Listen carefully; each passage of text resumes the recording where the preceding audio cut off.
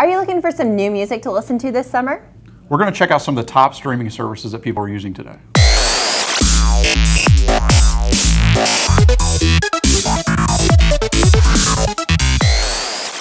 So if you haven't tried a streaming service yet, check out Spotify. It's really easy to use, and it has the largest catalog of free music out there on a streaming service. So it's going to give you the most options available of any of the big ones that we're going to be talking about today. But I know there's some features of it that people don't love, and so it kind of is up to you on if you're going to be a Spotify user. You know, I used to be a Spotify user before Apple Music launched. As you know, I'm an Apple fanatic, right? So Apple Music launched, but there are a lot of the similarities between Spotify and Apple Music. Being able to connect to the artists, being able to follow artists. Yeah, the first to kind of hear some of their new music.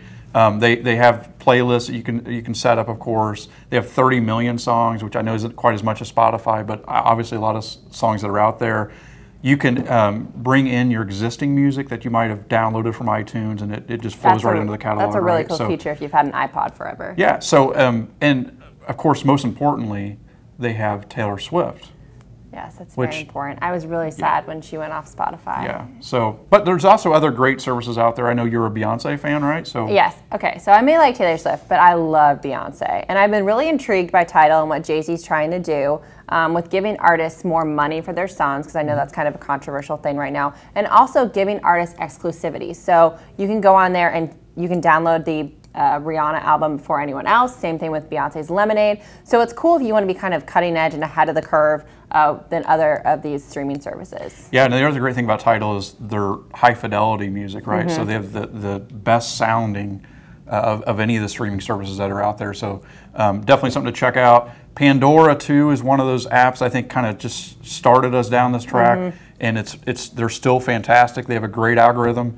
You put in your favorite artist, you put in a favorite song, and they do a really good job of providing you with music that's very similar to that person. And every time I listen to Pandora, I'm reminded of a song that I had forgotten about. Yeah. And it's nice to kind of occasionally tune in. And they have a great, along with Spotify, they also have a great free streaming service. So those are two that you can download and you don't have to pay for them, whereas Apple Music and Tidal, you're going to have to pay a subscription.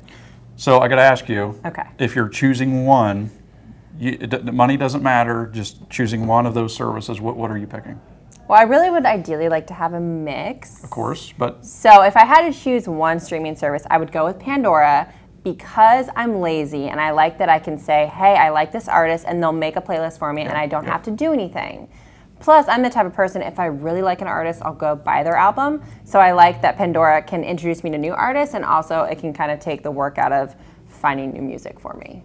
For me, it would definitely be Apple Music. Well, you're an Apple guy. Yeah, and you know, when you make a decision to change services, it affects the entire family too. So I've got my entire family set up on Apple Music. So if I made that decision, my children would be upset that I was taking away Taylor Swift. I mean, my husband loves Taylor Swift. He really doesn't care about music, but he loves Taylor Swift. So I understand how your girls feel. Are there music services that you like? Tell us in the comments below, and don't forget to like and subscribe to TCC Talk.